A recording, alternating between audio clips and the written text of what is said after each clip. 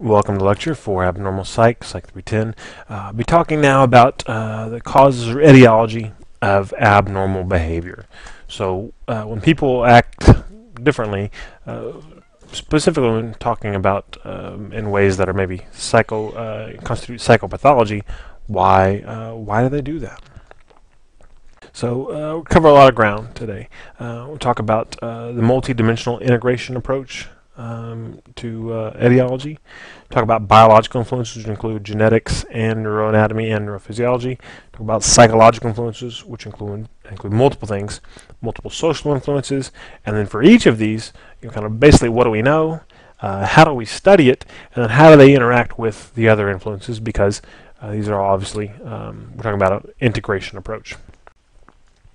So start off, I want to talk a little about this poem you may have seen before, John Gottfried Saxe's version of an Indian legend. It was 6 men of Indostan to learning much inclined, who went to see the elephant, though all of them were blind, that each by observation might satisfy his mind. The first approached the elephant and happened to fall against his broad and sturdy side, at once began to bawl. God bless me, but the elephant is very like a wall. The second, feeling of the tusk, cried, Ho, what have we here? So very round and smooth and sharp, to me 'tis mighty clear. This wonder of an elephant is very like a spear. The third approached the animal, and happening to take the squirming trunk within his hands, thus boldly up and spake, I see, quoth he, the elephant is very like a snake. The fourth reached out an eager hand, and felt about the knee. What most this wondrous beast is like is mighty plain, quoth he. 'Tis clear enough the elephant is very like a tree.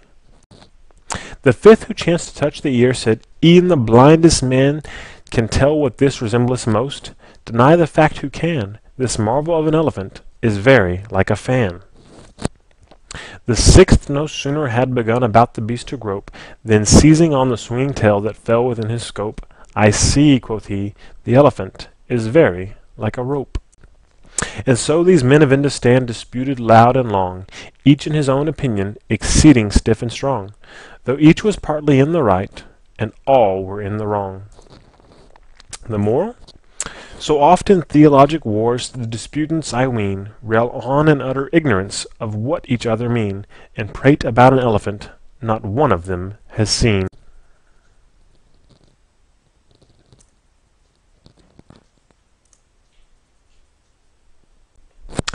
So, what's this have to do with understanding the etiology of psychopathology? Well, something. And basically it's the idea that there are multiple perspectives. And each of the blind men, the vision-impaired men of Indostan, are symbolic of the different perspectives one could take when trying to figure out why people behave the way they do, especially why they behave the way they do when it's abnormal in some manner. One of the classic arguments about the cause of abnormal behavior is that of nature versus nurture, right? With nature being genetics and disease and biological structure, and nurture being the influence of culture, parents, relationships, nutrition. But that argument is a dead one. There's no longer really any push for any kind of unidimensional model. We say, okay, it's either this or this. Trying to understand psychopathology from a single point of view leads to a distortion of reality. Just like the men in the poem, from one point of view, they see one piece and they're right, but it's a distorted view of reality because they're not seeing the whole picture.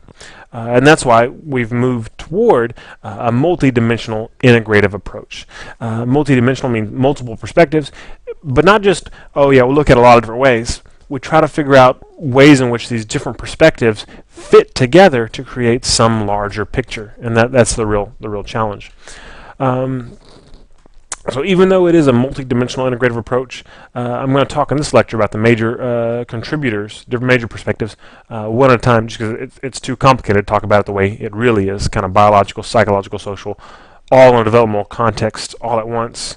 So we will talk about them one at a time, but they all do interact. So let's try to lose sight of that.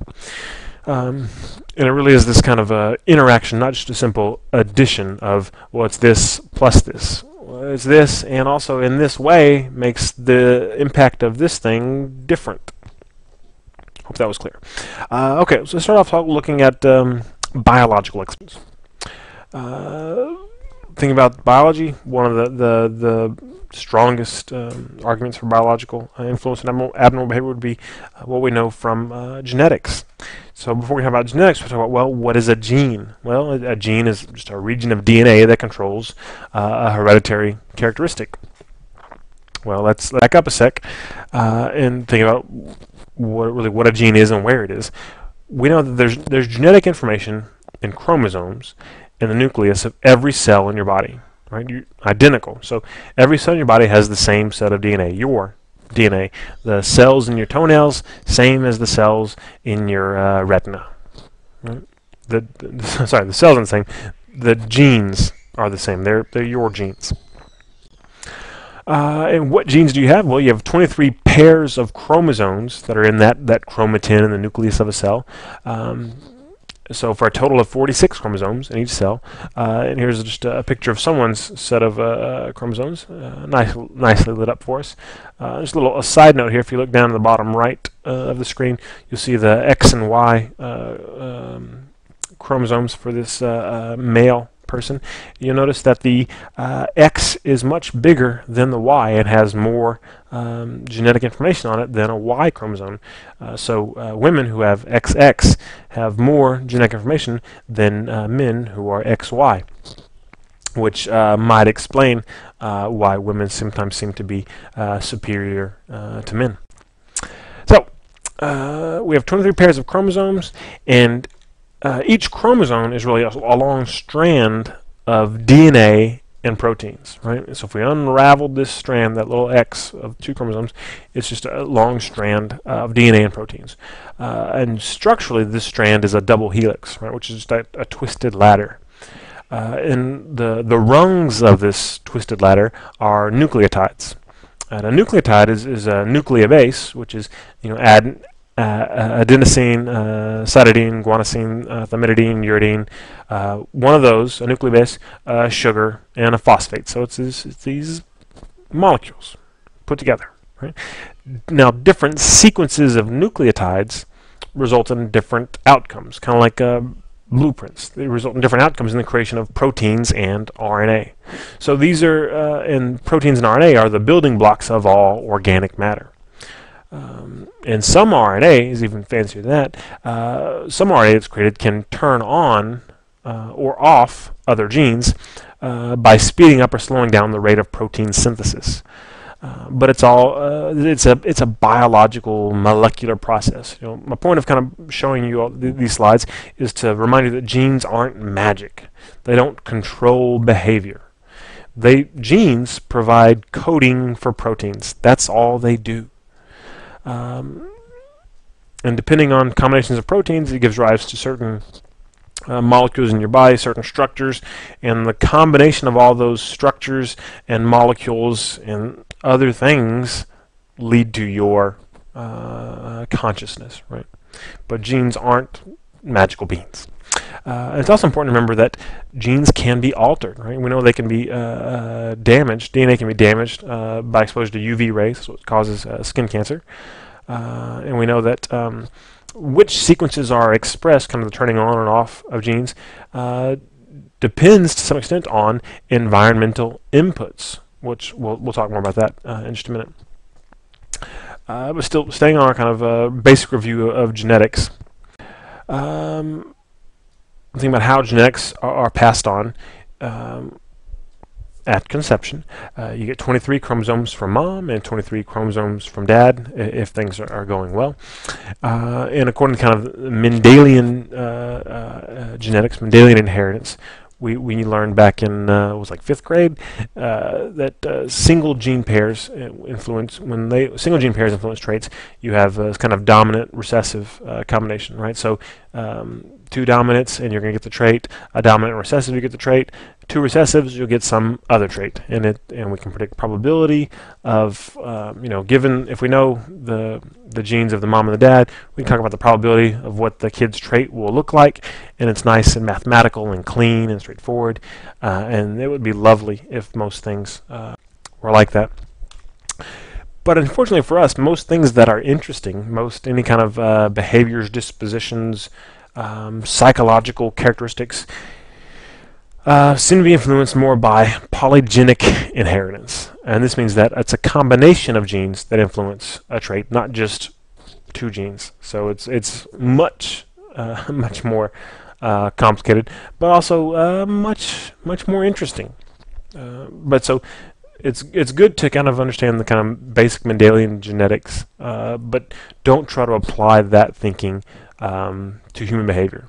And for that reason, if you have a mom and a dad who both have a certain trait, let's say they're both aggressive, doesn't necessarily mean the child will be aggressive. Oh well, that's probably two dominant genes. They're going to be aggressive.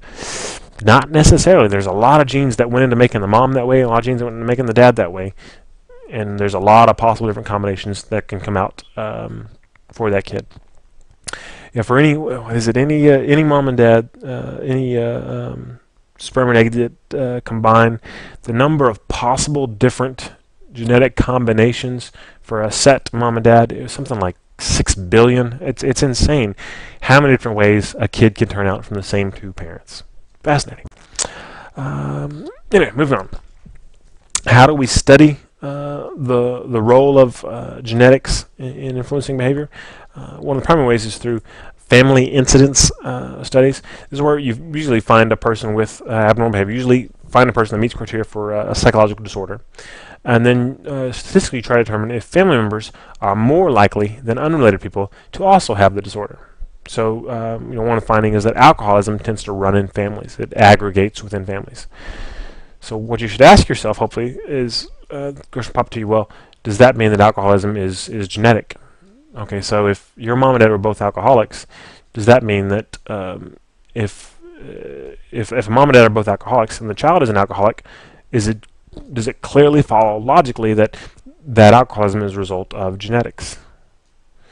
Hopefully you're saying, well, not necessarily, because you can't separate the influence of environment from genetics.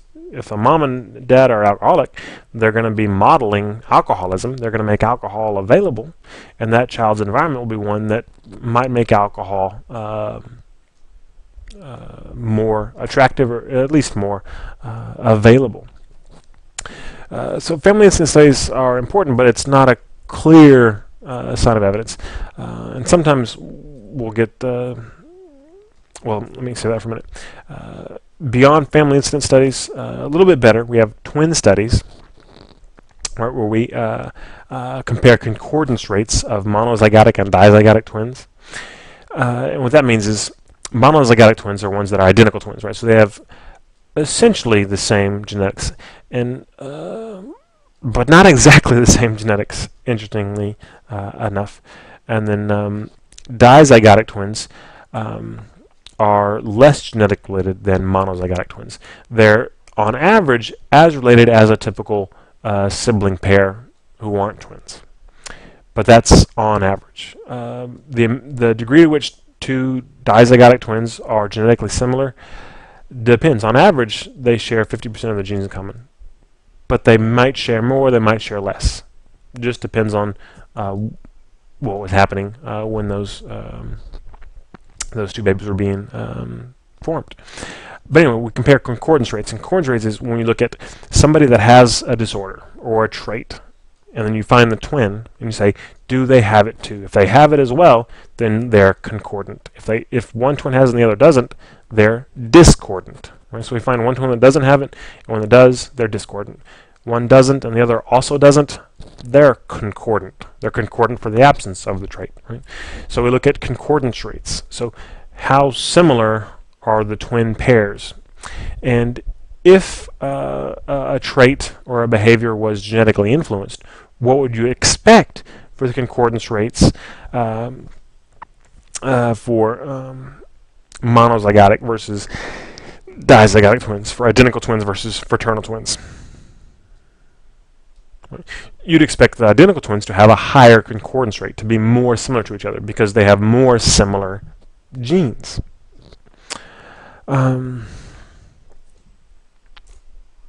So that's the story behind concordance rates.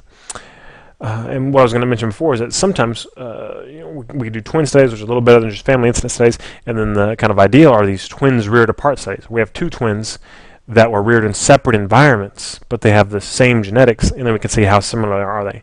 Then we get a better idea of teasing apart the genetic and environmental influence. But those studies are incredibly rare because twins reared apart, not real common.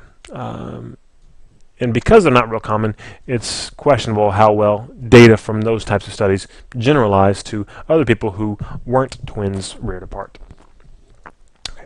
Another thing to think about in terms of when we look at these twin studies is the equal environments assumption. And this is kind of a tricky idea. Hopefully you can wrap your heads around this.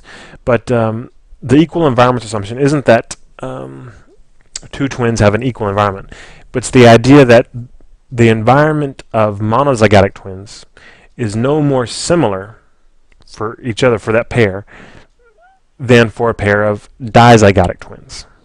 Right? Because if monozygotic twins had more similar environments with each other than dizygotic twins, then any kind of difference in concordance rate wouldn't necessarily be due to genetics. And obviously, one argument that the equal environments assumption is false would be the difference in the amount of times that identical twins, monozygotic twins, are dressed similarly versus dizygotic twins.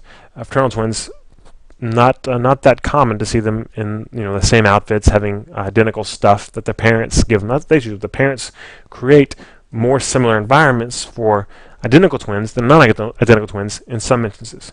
And in some instances of dizygotic twins, one's a boy and one's a girl. And being a boy and being a girl leads to the experience of very different environments. So this equal environments assumption is somewhat untenable. And so the results of comparing concordance rates of monozygotic and dizygotic twins take with a grain of salt.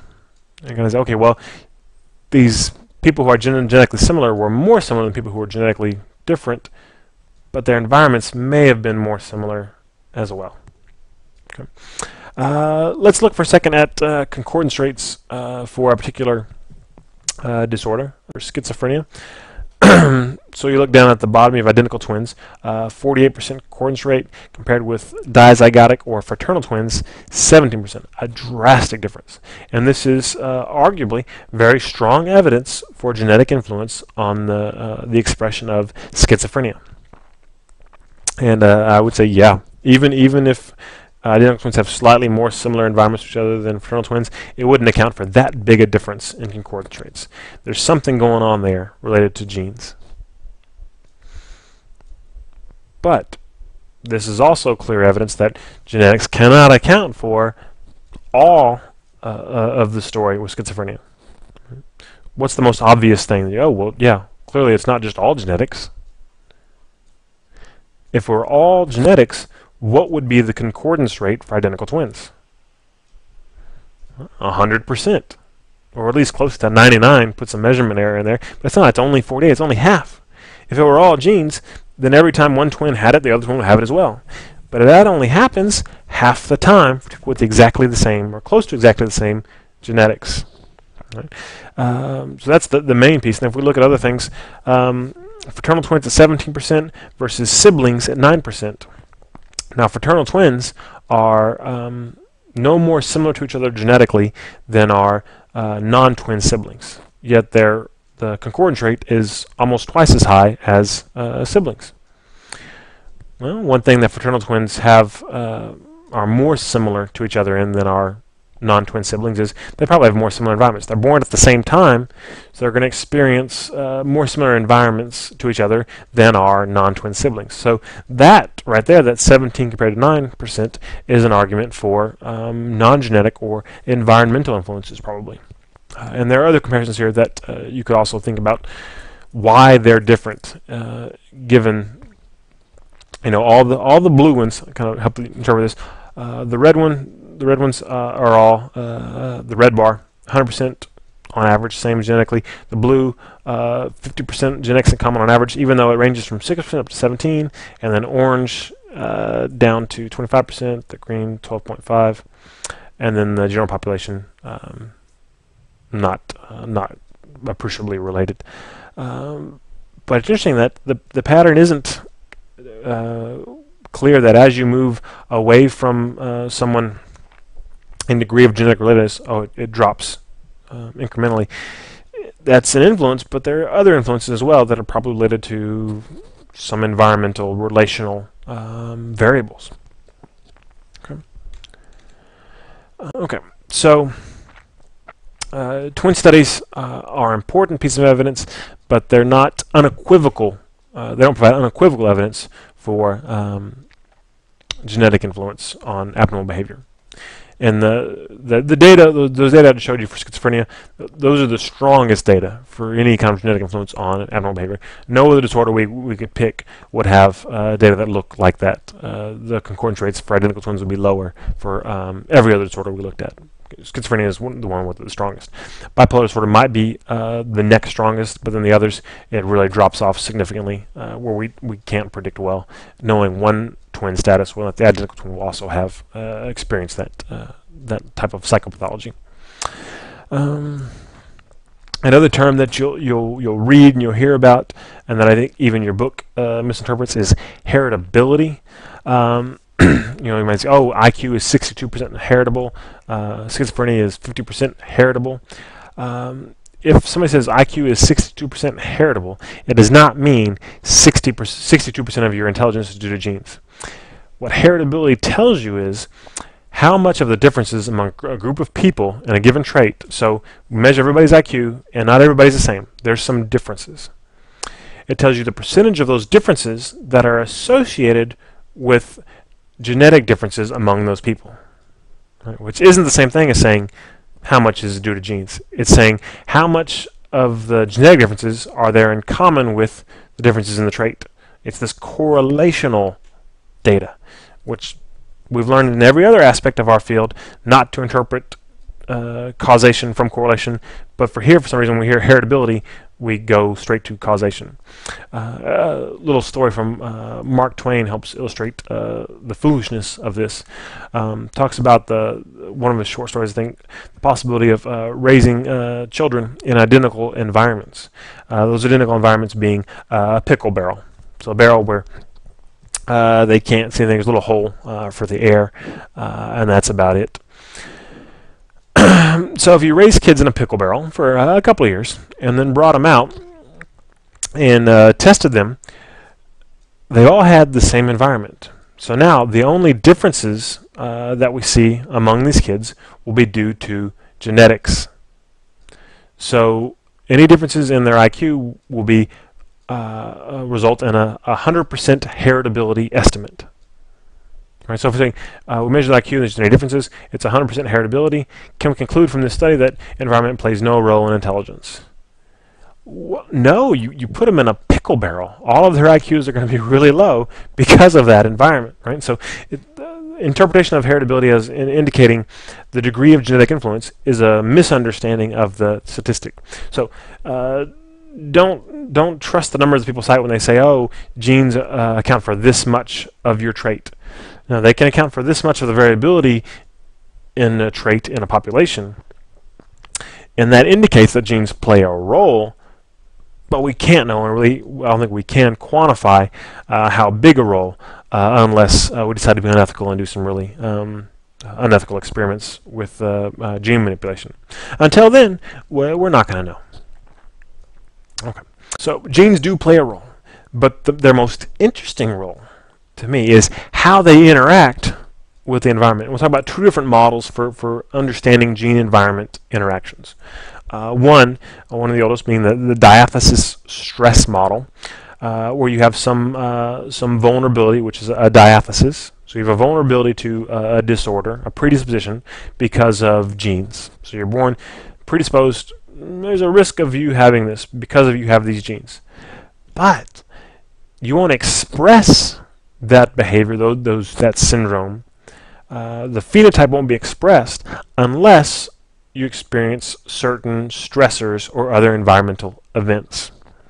And there's this remarkable study by Caspi et al., New Zealand, I think, out in 2003, that really captured this well. And they will identify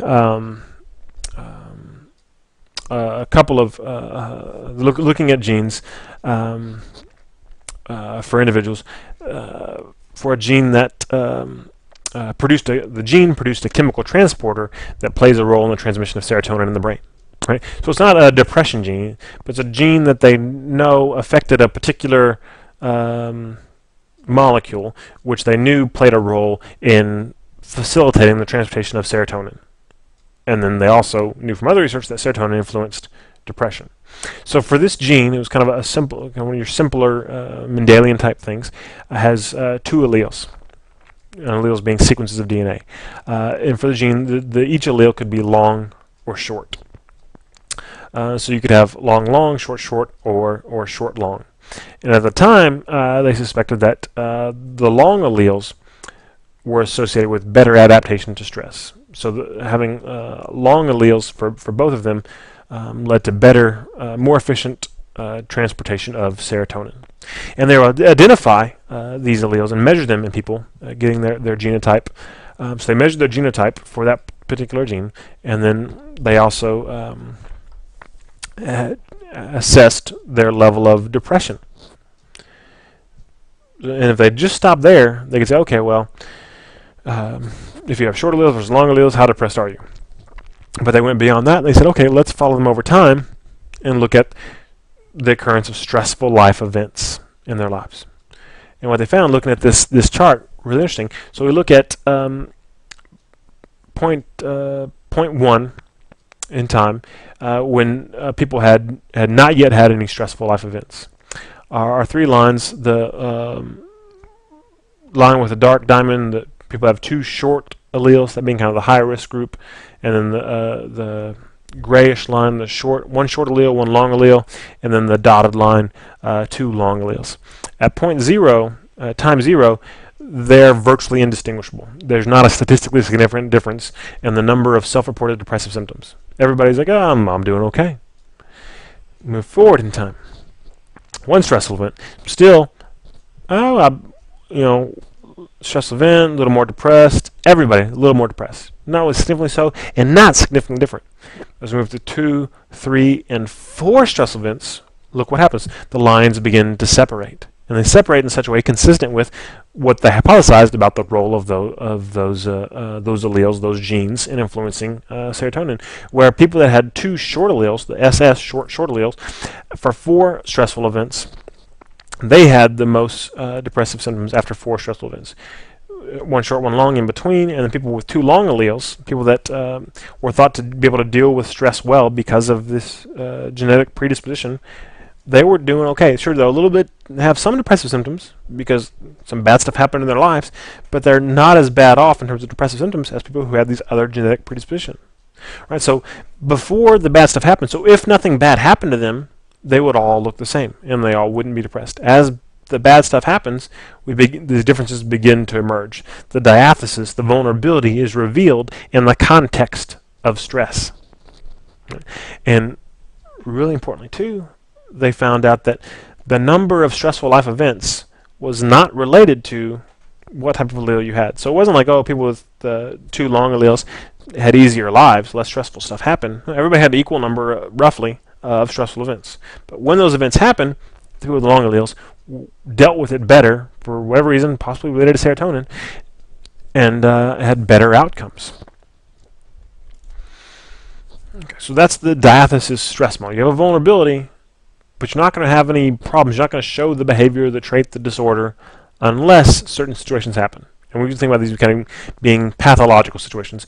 Sometimes being stress, sometimes being relational events, abandonment, being attacked, trauma, things like that cause harm to the body, that cause negative emotions, more likely to result in the expression of some vulnerability. But then some people are protected because of their genes. Not protected completely, because again, even if you have long alleles, the more stressful events happen, the higher those symptoms go. Enough stressful events, you're going to be really depressed.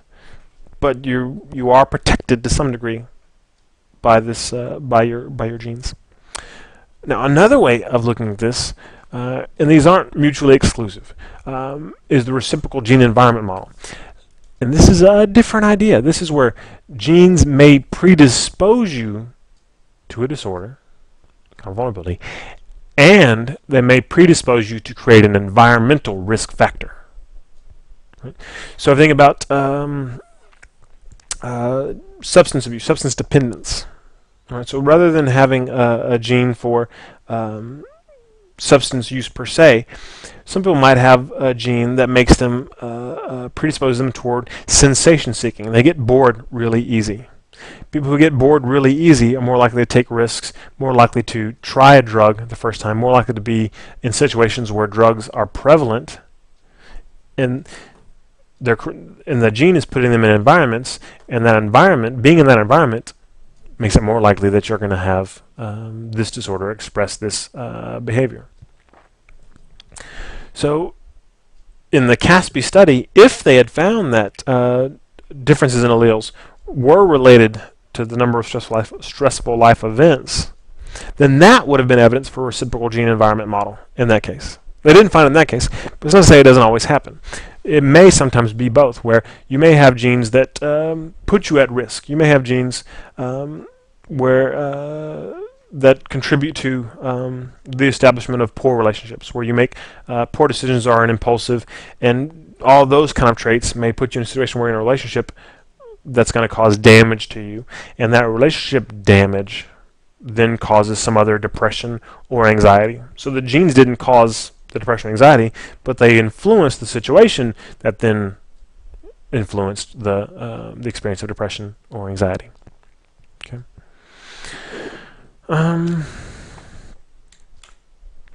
Okay. Moving on from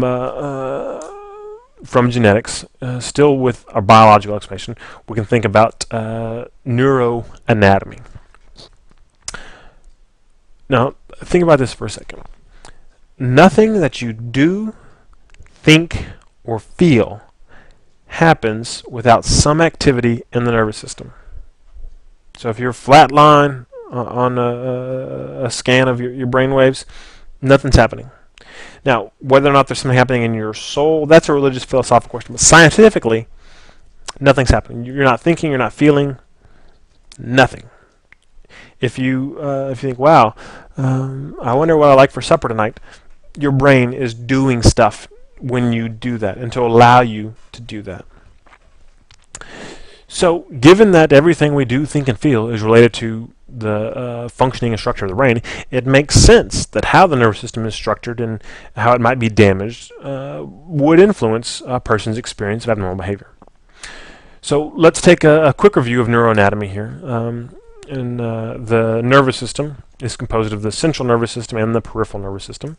Right? And first we'll look a little bit at the central nervous system, which is comprised of the brain and spinal cord, and we'll focus mostly on the brain. Even though the spinal cord does more than we used to think it could, the brain is still the much more interesting part. Okay, so the brain. If we look at a picture of the brain, the basic structure, if we go from the bottom of the page up, we move from more primitive structures to more advanced structures. Primitive in terms of not involving higher level functionings, things that most animals do, and as we go up, we get to more higher functioning, executive functioning type things, and things that separate us from other animals. So if we look at the hindbrain, you'll see there you've got the medulla, which is responsible for basic life functioning, respiration, heart rate, damage to medulla, and you're not gonna you're dead. So protect your medulla. The pons, which regulates the wake-sleep cycle. The cerebellum is back there, which is involved in motor coordination. The reticular activating system, which is related to arousal, which extends up into the midbrain. So this is all stuff that is made to keep you alive, help you move around, and help you get going if something, if danger approaches. Right, that's the reticular activating system. But very basic stuff. If we move up into the midbrain, we have the tectum, which is a relay station for audio-visual inputs, and the substantia nigra, which is a group of neurons involved in dopamine release, in interesting research on that related to addiction. But mostly the midbrain is a passageway. There's some processing information that goes on there, but a lot of it is just relaying information. And then move up beyond that to the forebrain, which is for us, most of the brain, and that's really the kind of cool part. Let's look at some more forebrain structures. We can see the hypothalamus, which is just below the thalamus at the top of the brainstem. And there's a relay station between lower and higher areas, regulates hunger, sex, and thirst. So probably related to a lot of stuff with eating disorders, and maybe some sexual disorders, maybe some things going on there.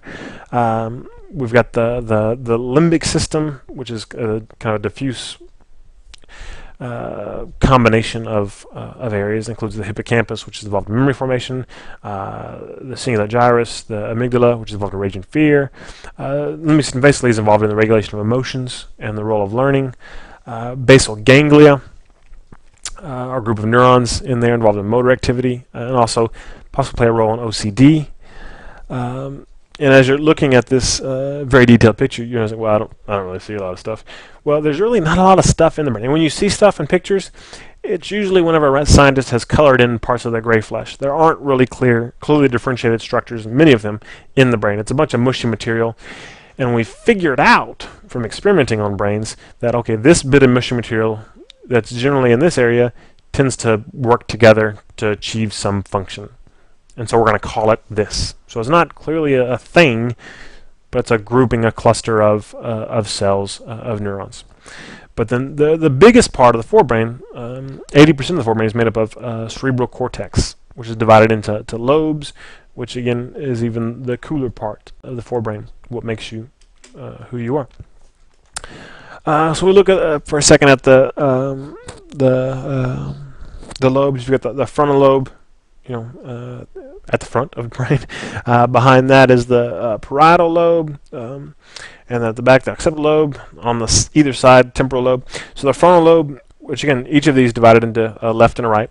Frontal lobe involved in kind of personality, decision making, higher level thinking. Really the stuff that makes you who you are. The parietal lobe involved in sensation and coordination of motor movements. The occipital lobe involved in the processing of visual information.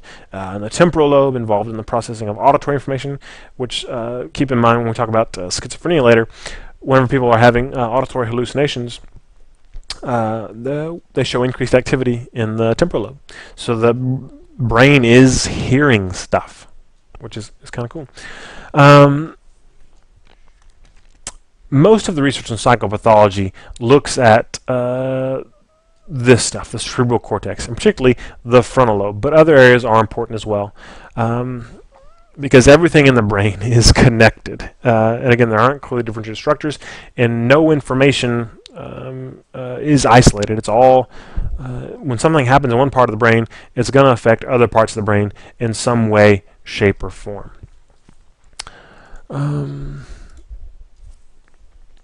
Which kind of brings me to this slide, because there aren't a lot of consistent findings linking brain structures to abnormal behavior, with the exception of maybe enlarged ventricles, which are spaces in the brain, not even structures, but spaces in the brain among people who have schizophrenia, and some stuff with OCD. But most of the evidence isn't about brain structures, but it's about these brain circuits or neural pathways. Again, recognize kind of the connectivity of stuff in the brain, and that certain information seems to travel along particular pathways, but they're not insulated like a computer where you have these insulated wires where information travels along one wire and it doesn't affect a wire next to it. In the brain, insulation is not so good. Whenever two neural pathways are proximal or close to each other, activation of one can affect the other one. Right? They're not fully independent. Okay. So, what about other aspects of the nervous system? Well, there's obviously the peripheral nervous system, which involves the somatic and autonomic nervous systems. The somatic being one that controls your muscles, voluntary movement, and the autonomic relating to your automatic functioning. With the autonomic possibly being further subdivided into sympathetic and parasympathetic, which is important when thinking about panic and anxiety. Sympathetic being that arousal response, and parasympathetic being the complementary calming response, which we'll talk more about when we talk about panic disorder. I mentioned already the endocrine system, which isn't entirely part of the nervous system. It's kind of a combination of nervous system bits and glands, right? So there's a system of glands that release hormones in the bloodstream, but they're signaled. They get their information from neuroanatomical structures like the amygdala. So limbic system, somewhat nervous system, somewhat not, kind of straddles the line there. You may remember from a picture I showed you earlier showing the pituitary gland, the master gland. It sits right in the middle of the brain, so it's not neurons and things like that. It's a gland, but it's stuck up in the brain because it has a job to do to receive information from the brain about where to send hormones, and it also gives feedback to the brain about hormone levels, and what if more needed, lesser needed, whatever. We'll talk later about the HPA axis, which is one of the systems that involve interaction of the central nervous system and endocrine system. The hypothalamic pituitary adrenal cortical axis, which is we have the adrenal glands on top of the kidneys, and it's a pathway between them and the hypothalamus and the pituitary. It's implicated in the experience of stress and stress regulation, but we'll talk more about that when we get to talking about anxiety. But all the stuff that's part of the nervous system, made up of nerves are made up of nerve cells, and nerve cells are called neurons. Right? And neurons differ in structure depending on where they are in the nervous system and what their purpose is.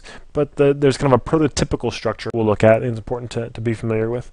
Look at a picture of one here, and we see on the left, the soma is the cell body, kind of the fat part, and extending out from it are dendrites, Greek for trees or branches, I believe. So they branch out from the soma, from the cell body. And if we go down the soma, there's this kind of long piece of the neuron, which is the axon. Some of the motor neurons in the spinal cord, the axon can be as long as, make sure I get this right, 4 feet, I think. Generally, they're pretty small. They can be micrometers, incredibly small. But sometimes the axons can be really long if they need to transmit information a long way. And the axon, for some cells, is wrapped in a myelin sheath, which is made up of fat, of lipids. But you notice that this myelin sheath has little spaces between it. There's just like little nodules where there's sheath, a little bit of space, and then more sheath, a little bit of space. So if you took a wire that had a plastic coating on the outside of it, and then cut little grooves in that plastic coating. And those little grooves in the axon are the nodes of Ranvier, which are important, as we'll see later, in neuronal communication. We send down the axon covered in myelin sheath to the ends, and kind of the opposite of the dendrites would be the terminal boutons that contain neurotransmitters, chemicals used in the communication between cells. So that's the basic format of a neuron. And again, depending on where they are and what the purpose are, they look slightly different, but that'll serve our purpose for now. So, talking about neurons brings us from neuroanatomy to neurophysiology. So from how the brain is structured to how the brain works. And it works via neuronal transmission. And a neuronal transmission is this electrochemical process. One of the most fascinating things about biology, in my mind, where, again, all of your consciousness, all the things you think, you feel, you hope, you wish for, all those things are in some way influenced and a product of this electrical chemical process of all these cells working in this concert, right? Some sort of symphony of chemical and electrical transmission. So let's try to take a look at this for a minute, because it is related to understanding abnormal behavior. So neurons, obviously they're bunched up in the brain, but where they're bunched up, frequently they form these connections where the dendrites of one neuron are in close proximity to the terminal boutons of another neuron. And whenever a neuron releases, in the terminal boutons, there are these chemicals, these neurotransmitters. Whenever, sometimes, and we'll get to why they do it in a minute, but sometimes they'll release those chemicals, and when they release them out into space, and that space between two neurons is called a synapse, or a synaptic gap, or synaptic cleft. You can just call it the synapse.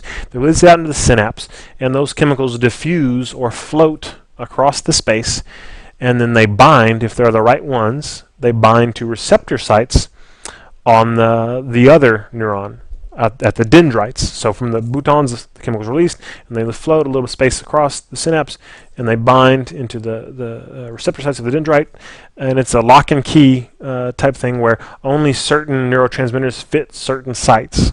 Right? So it has to be the right neurotransmitter going to the right site, and if it is, then it unlocks the lock, and it binds to the postsynaptic cell, and when it does that and unlocks the lock, it causes a change in the polarity, or the electrical charge, of the cell membrane, which we'll see why in just a minute.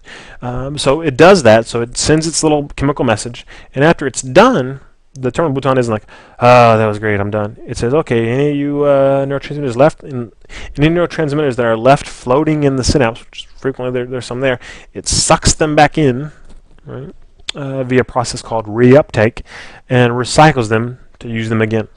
And that'll be important later when we talk about psychopharmacology. You've heard about selective serotonin reuptake inhibitors, right? So that reuptake inhibitor, it's something that's inhibiting the reuptake process. So to understand that, you have to understand reuptake. Reuptake is whenever, after it's communicated its message, it brings the extra back in. And when it brings the extra back in, it can send them out again. If it doesn't bring the extra back in, it's going to have less neurotransmitters with which to send a message. Okay. So sends the message, unlocks the key, unlocks the lock with the key, and opens the gate. It really is a gate. It's a voltage gated ion channel. Across the membrane of the dendrites, and then all along the body of the cell, to where the cell is polarized. It's got a negative charge relative to the outside at all times. Which, if you know much about biology, you know that doesn't make sense, because the nature likes homeostasis. It should have a zero charge relative to the outside. Well, it maintains a charge via these sodium-potassium pumps. So pumping in and out positive and negative ions to keep that charge. So it's always charged, always ready to go. And when that message comes, it forces open these gates and lets in or out certain ions, which will then change the polarity of the membrane. It'll depolarize it, or it could very well hyperpolarize it. But if it depolarizes it enough, so if there's enough change in the ions, then a charge builds up, and it builds. And if it hits this certain threshold, a firing threshold, then an action potential will be generated. And an action potential is an electrical charge that's going to travel down the axon, down the shaft of that neuron that we looked at earlier. And if there's not enough charge, then it won't happen. It won't happen a little bit. It's all or none. But if enough charge is generated at the dendrites and around the cell body, culminating at something called the axon hillock, then this action potential will fire. And when it fires, more little gates open along the axon, and ions rush in and out, and it depolarizes. And then wherever the axon is myelinated, the charge travels, and the gates don't have to open. So it's kind of like goes down the slip and slide, zoop, and but it couldn't go all the way down the slip and slide. It would run out of gas and not make it to the end. So nature, in all its cleverness, created the nodes of Ranvier. So every once in a while, the slip and slide stops, and there's a spot for the gate to open again, and the charge traveling on the slip and slide will open the gate, and it will cause more exchange of ions, further depolarization, and it will continue on. And once the exponential starts, it will always finish, and it's designed that way, which is amazing. So again, the message comes chemically across the synapse, attaches to the dendrites, changes the polarity. If it changes enough, exponential is created. It potentiates down the axon, and it gets down to the terminal boutons. Guess what happens? They open up and they spit out some neurotransmitters, which then diffuse across the synapse to another cell, and another message is delivered. Now, important to know that sometimes that's the way it goes. Sometimes there's depolarization and it causes the thing to fire. Sometimes hyperpolarization is what's caused, and a cell is caused not to fire. If you're looking at a circle, discerning the edge of that circle and where the circle stops and the outside of the circle begins requires certain cells to fire and other cells not to fire. Right? So the absence of activity is psychologically meaningful, which is fascinating. And the other thing to think about is we've been thinking about one cell talking to another cell, but that's not usually what happens. Usually it's several cells talking to one cell. So there may be one cell, and then and its dendrites are pulling in information, right, from neurotransmitters, and these other neurons are binding to it. They're sending messages, and some of those other neurons could be saying, "Yeah, fire." Others could say, "No, I don't fire." And what matters is how many are saying fire relative that are saying don't fire, and as long as the relative number is big enough, it's going to fire. So really complicated but fascinating process by which there's this chemical thing that goes across, causes a depolarization, the electrical signals send down, and then more chemicals are sent out, and then again the next thing could be make it fire or don't make it fire. Make it fire faster, make it fire slower. So hopefully now your question is, well, where did it all start? And I told you we'd come back to that. And where it all starts, where does the message start? Depends. Sometimes it starts with the senses. The easiest one to think about would probably be things that we see. And that starts whenever light comes in, as physical energy strikes photoreceptors in our eyes, and the light causes a chemical reaction in these certain cells, and that chemical reaction starts the depolarization. So the chemical reaction causes those cells to depolarize, and then they shoot an exponential down the axon. They release neurotransmitters, which activate the next cell, and then it goes along the optic nerve, to the occipital lobe, process in our brain, and we see something. All from light hitting, starting this chain reaction process. Okay. So abnormal behavior is influenced by neuron transmission. And a lot of people would like to tell you they know exactly how it's influenced, but they would be lying. We know it plays a role because it plays a role in all behavior. Exactly what role, we're still trying to figure it out. But the one thing that people are most interested in are those chemicals, those neurotransmitters, right? And you can read in your book about the different ones, about serotonin, which is involved in the coordination of movement, inhibition, regulation of eating, and sex and aggression. GABA, which plays a big role in activity and anxiety. Norepinephrine, which is involved in fight or flight response and heart rate. Dopamine, which kind of activates other neurotransmitters, is involved in pleasure, is involved in motor coordination. And that's all the neurotransmitters, right? So for all the different things that we do, think, feel, we have a limited number of neurotransmitters. So when people tell you, oh, serotonin, that's what controls how happy you are, it's not that simple. Serotonin does a heck of a lot of stuff, depending on where in the brain the serotonin tract is located, depending on the rate of firing, depending on a lot of stuff. If it were as simple as, oh, this neurotransmitter causes this thing, we'd have thousands, if not millions, of different neurotransmitters, and that's simply not the case. We have a limited number, so they act in different ways and in combination with each other to give rise to the wonderment of human experience. Okay, so how do we know about neuroanatomy and neurophysiology and their impact on abnormal behavior? A couple of ways. One, brain surgery. We cut stuff out and see what happens, mostly with mice in an experimental way, but sometimes, when people need a tumor cut out, they have to cut out other parts of the brain, and they record what happens. Okay, well, we cut this out, and then it can no longer do this. that part of the brain must have been involved in doing that. So it's kind of this post hoc logic. Related to that would be accidents. So we don't damage the brain, but somebody causes brain damage to themselves. Most famous example, of course, being Phineas Gage, had that tamping iron shoot through his frontal lobe, causing a drastic change in personality. So we have those things that happen sometimes that become case studies we try to learn from. When people do lots of drugs or other foolish things and cause brain damage, we can learn from that. And really, in the past 20, 25 years, there's been a surge of information, so much that we can't keep up with, we can't make sense of it, from imaging studies with advancements in the images, the pictures, the information we're able to get from the brain, not just structurally, but in terms of functioning with, functional MRI in PET scans, seeing how the brain works and what parts of the brain are active in consuming energy, glucose, things like that, whenever people are thinking or feeling or doing certain things, which is fascinating. The only drawback is we don't have any norms to compare that to. So we know parts of the brain are involved in certain things, but we're not exactly sure what it means because we don't know what the typical brain is.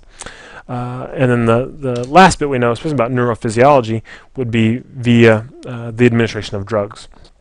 We do this two ways. One would be medication response, where somebody has a symptom, we give them a drug, they get better, and we say, okay, well, the drug clearly affected the symptom.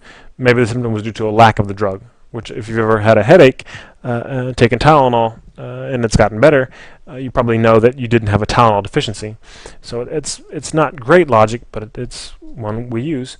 And the other would be pharmacological challenge. This is whenever we give drugs usually for one purpose, and we notice it causes some other effect. Like if we're giving you L-DOPA, which is a precursor for dopamine, for your Parkinson's, and we give you too much, and you start to hallucinate. From that, we figure out, okay, well, dopamine plays a role in hallucinations. So we don't have, again, limited by ethics. We don't know exactly how the brain works, and we don't know exactly how to affect it.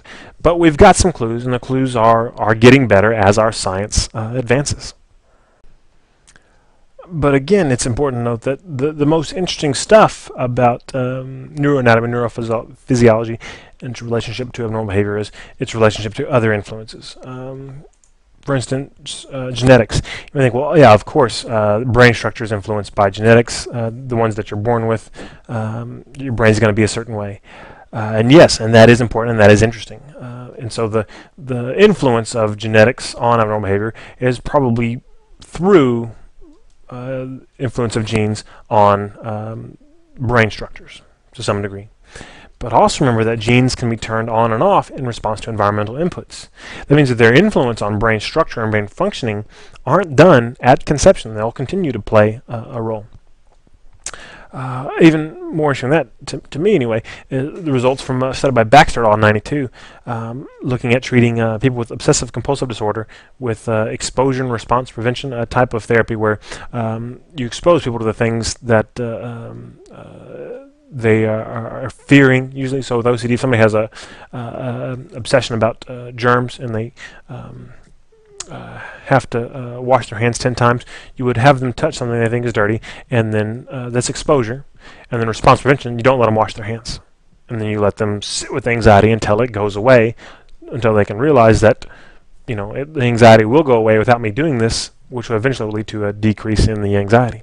But it's not, the interesting thing isn't that worked, because yeah, we know it works, that's cool. But what was really interesting is they found that people that underwent that therapy without any other biological intervention, no surgery, no medicine, they experienced changes in brain structure and functioning.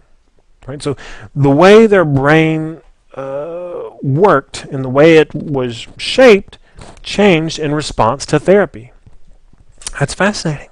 It shouldn't be surprising, but still, it's fascinating that this kind of physical structure we often think of as being done. Okay, you grew up, you matured, you have a mature brain, you're done. It's not done. It's always changing, potentially, in response to environmental inputs. And it's changing. If you can really fully understand neuronal transmission, you understand that the more that a certain pathway is activated, the more that neurons fire, the healthier they'll be. If they don't fire, those dendrites shrivel up and die. They don't have a purpose. They're not being used, so the brain says, okay, well, we're going to divert energy, glucose over here.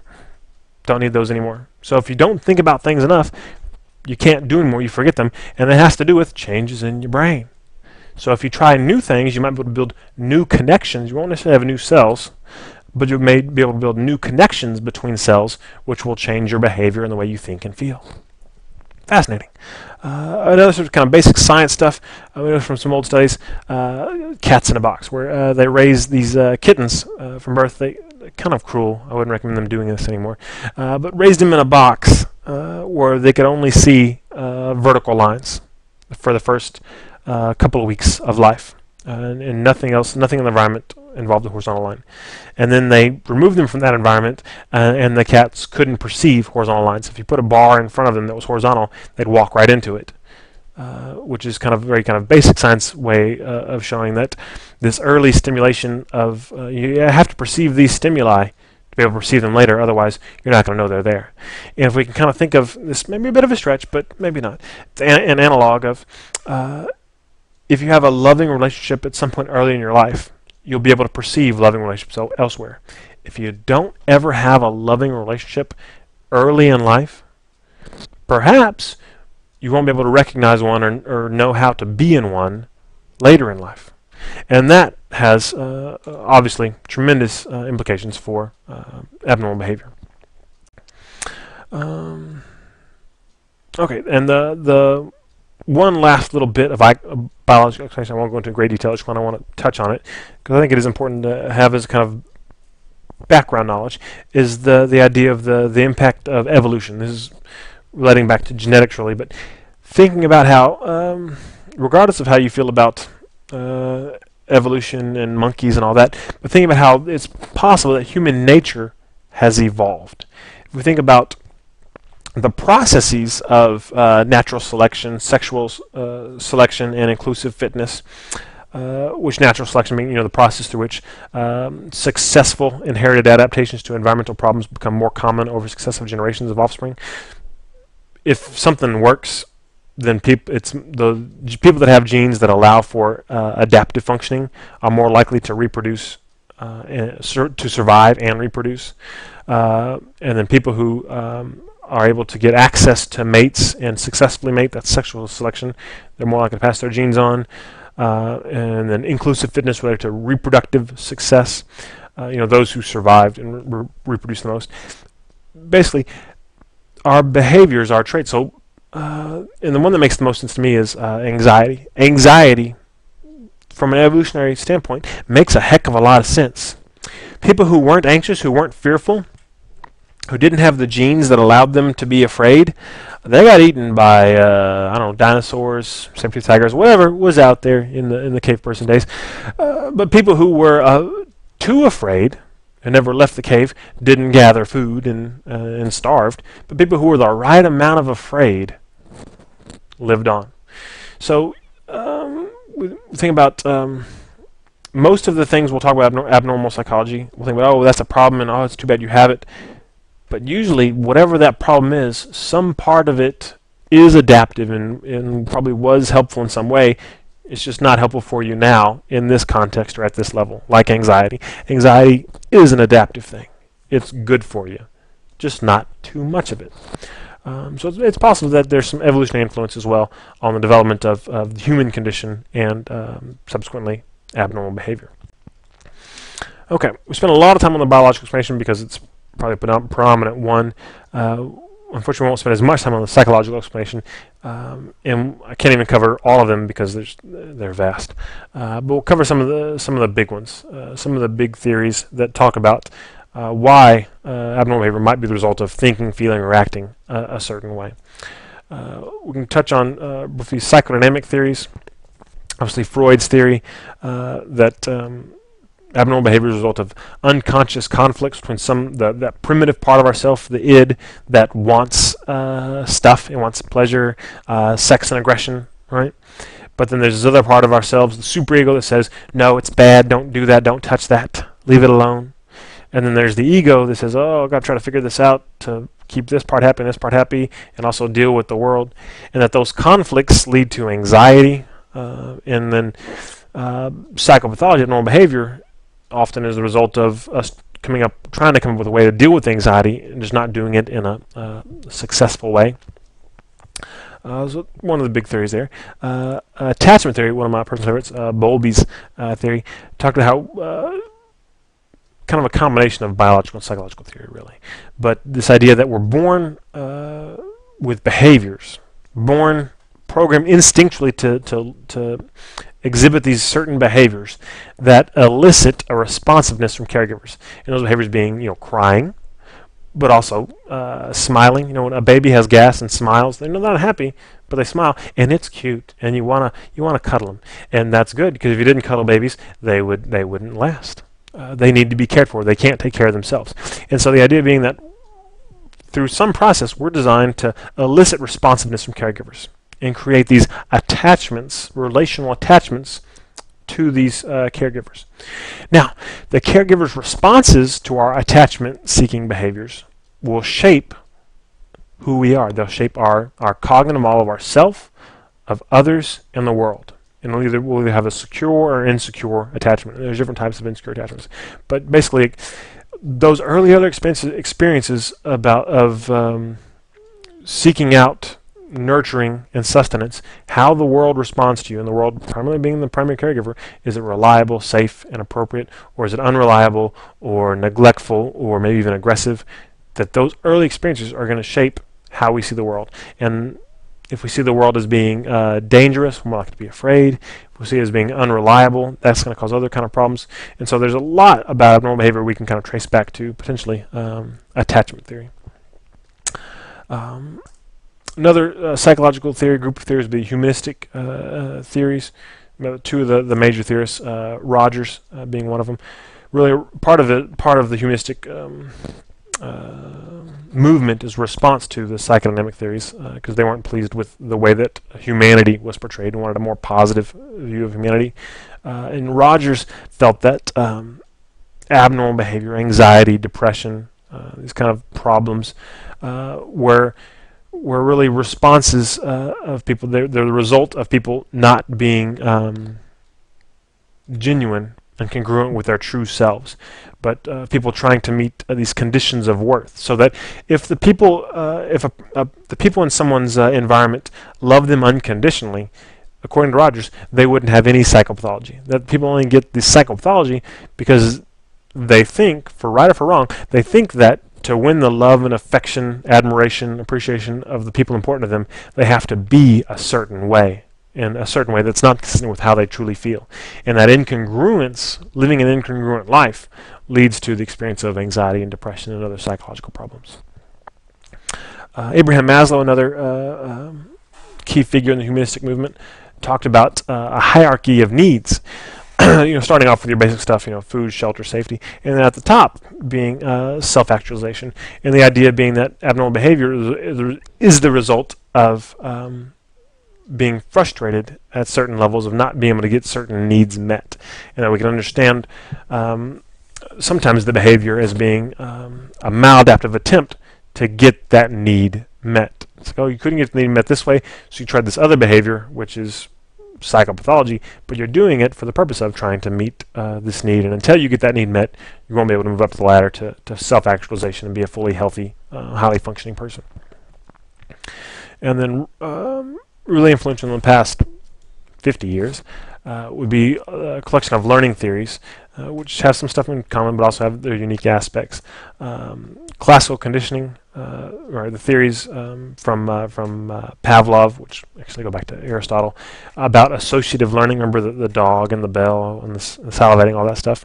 But it's really about just learning to associate two things. This happened and this happened soon thereafter. Therefore, the first thing served as a signal to the second thing.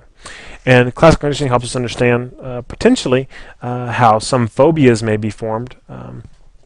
So let's say you have a fear of dogs, and you were bitten by a dog at some point, which you may say, well, that makes sense, because if a dog bits you, you should know to stay away from them.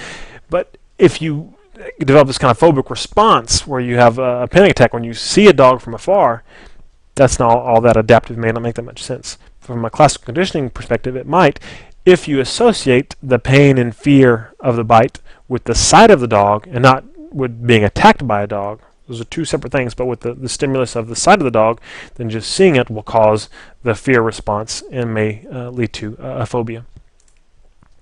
And then operational conditioning, which we learned more about from Skinner, really, which is looking at the effects of the consequences of behavior, making that behavior more or less likely to happen again, right? So if the consequence is rewarding, behavior is more likely to happen. If the consequence is punishing, it's less likely to happen. We can also apply this to the maintenance of phobias, we'll talk more about later. So if you see a dog and you start to feel upset and then you run away and you feel better, now your running away behavior has just been reinforced. It's been rewarded, right? So it's negative reinforcement. Excuse me. And you're more likely to continue avoiding dogs, which will perpetuate your phobia. Okay, so two types of conditioning. We also have social learning theory, Bandura being the chief theorist there. Simple way of looking at this is we look at how other people behave to learn how to behave ourselves. So if a child has a parent who demonstrates a strong fear response to spiders, then they'll think, well, spiders are scary, I should be scared as well, and they'll learn to behave that same way. The idea being you may be able to learn to be anxious or depressed. You may learn to that you should be displeased with your body by seeing other people demonstrate that they're displeased with their bodies. And then attribution theory, which your book talks about in the context of learned helplessness with Seligman. The idea here, going beyond operational conditioning, but so some behavior has consequences. But then the impact of those consequences will depend on what we attribute those consequences to. So did I get that punishment because I deserved it, or was it just bad luck? And depending on your cognitive interpretation, your behavior and your emotions will be different. So, and usually we're talking about when something bad happens. So when something bad happens, how do we explain it? So if you fail a class, is it okay? I'll never do well. I can't do anything right. And it's totally my fault. If so, you're going to feel pretty bad. If you think, oh, actually it was controllable, I could have done better, but this semester, I had mono, and that probably won't happen again. So in the future, it probably will do better because I do have the ability to do well. I just couldn't for this one reason. So you have a different attribution for the failure. You're gonna feel better. You'll be less depressed. So depression may be the result of the attributions, the explanations one makes for certain negative outcomes. So how do we study psychological influences? Well, a lot of ways. But basically, early on, it was mostly case studies. The early theories based largely on case studies. Not so much anymore.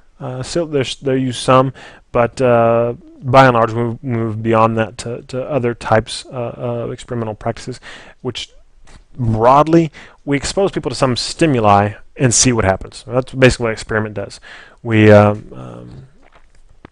The stimulus may be we tell everybody they failed an exam, right, to make them feel bad, and then we either tell them that it was their fault or it was a fluke. And we're trying to manipulate the attributions they make, right, and then we see what happens to them. So we're exposing them to some stimulus, some experience, some instructions, whatever, to see what happens to them by trying to manipulate the way that they think, feel, or behave to figure out how those things affect other behavior. And we do that some, but most of what we do is really correlational research. We find people that are behaving a certain way, and we try to find other things that they're doing, thinking, or feeling, and establish relationships between those things. And if possible, if we can do any kind of prospective correlational research, we see how you're doing now, and then find out how you're doing in 10 years.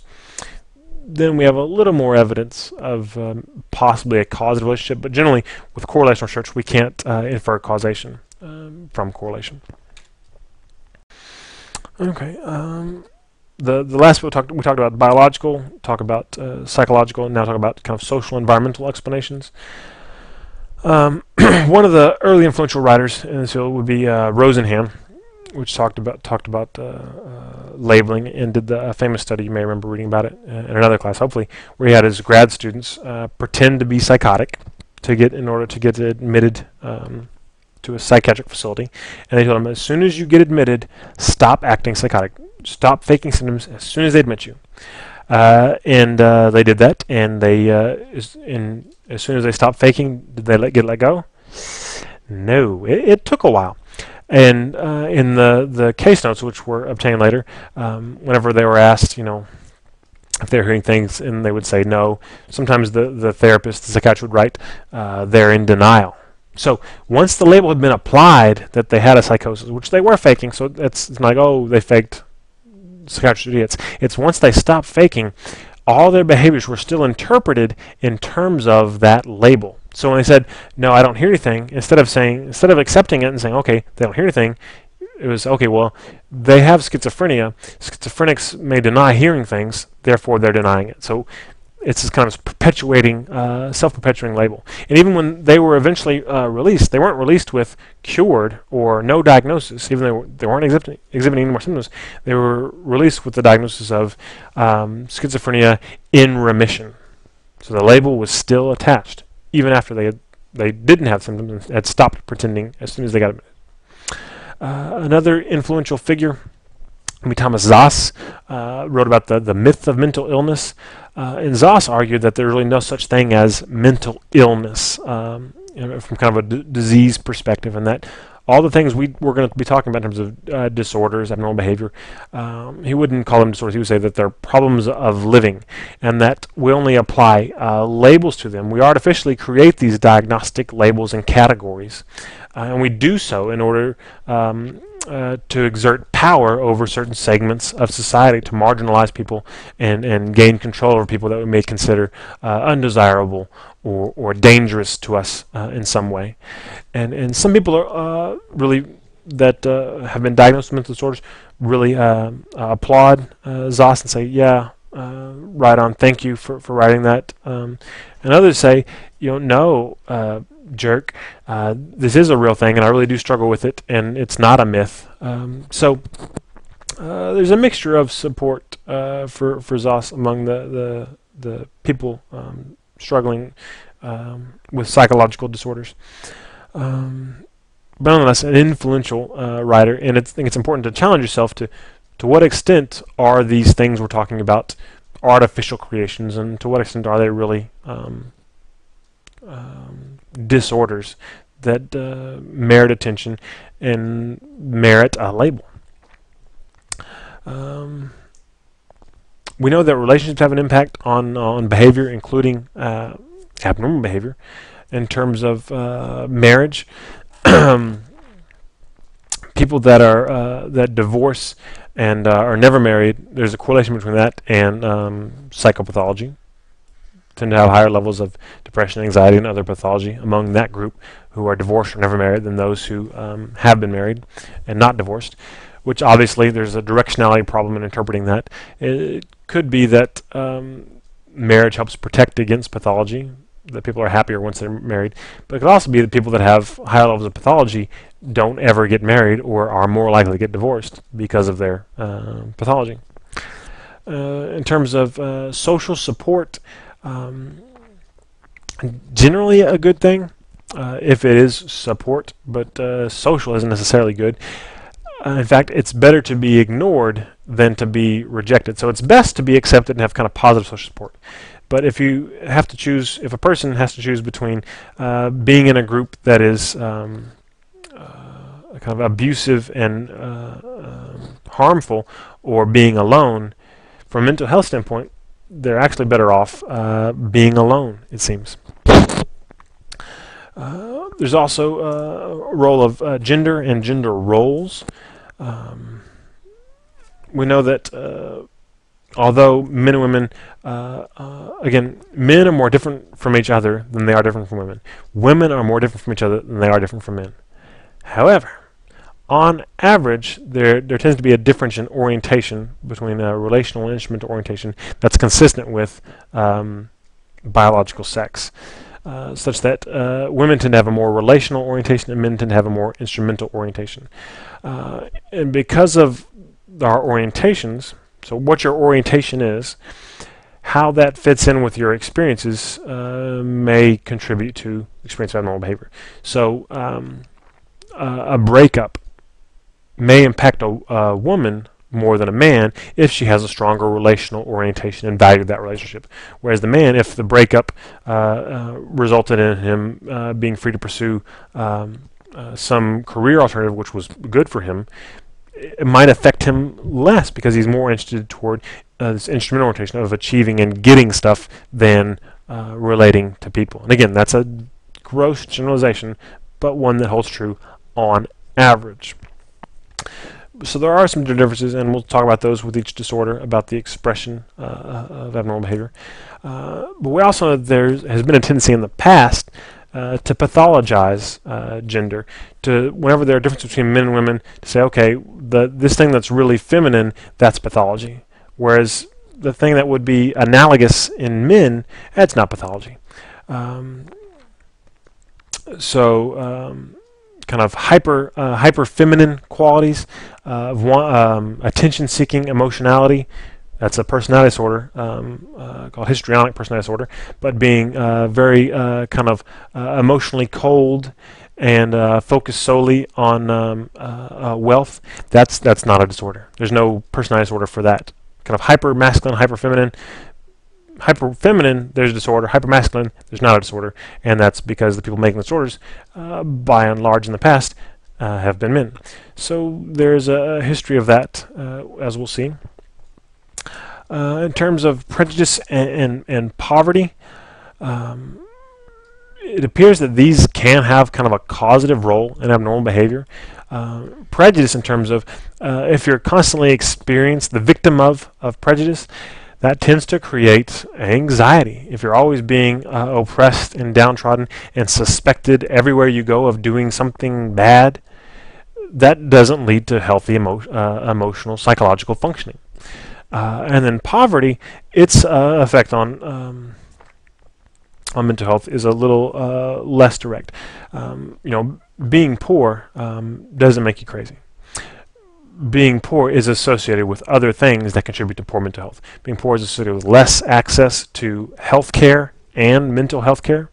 It's associated with living in neighborhoods that are associated with higher crime rates, because people that can afford to, they build the homes with the big gates and the fences. If you can't afford to, you don't get the big gates, and so that means higher risk of experiencing traumatic events is associated with poverty, and traumatic events are associated with poor mental health outcomes. So again, being poor doesn't make you crazy, but it puts you at risk for mental health problems because of other things. And then the last thing, kind of just to think about in terms of social and environmental explanations for abnormal behavior, would be the impact of societal values. And what brings this up is there are differences when we look across different cultures, across different societies that value different things. We see different levels of certain types of pathology.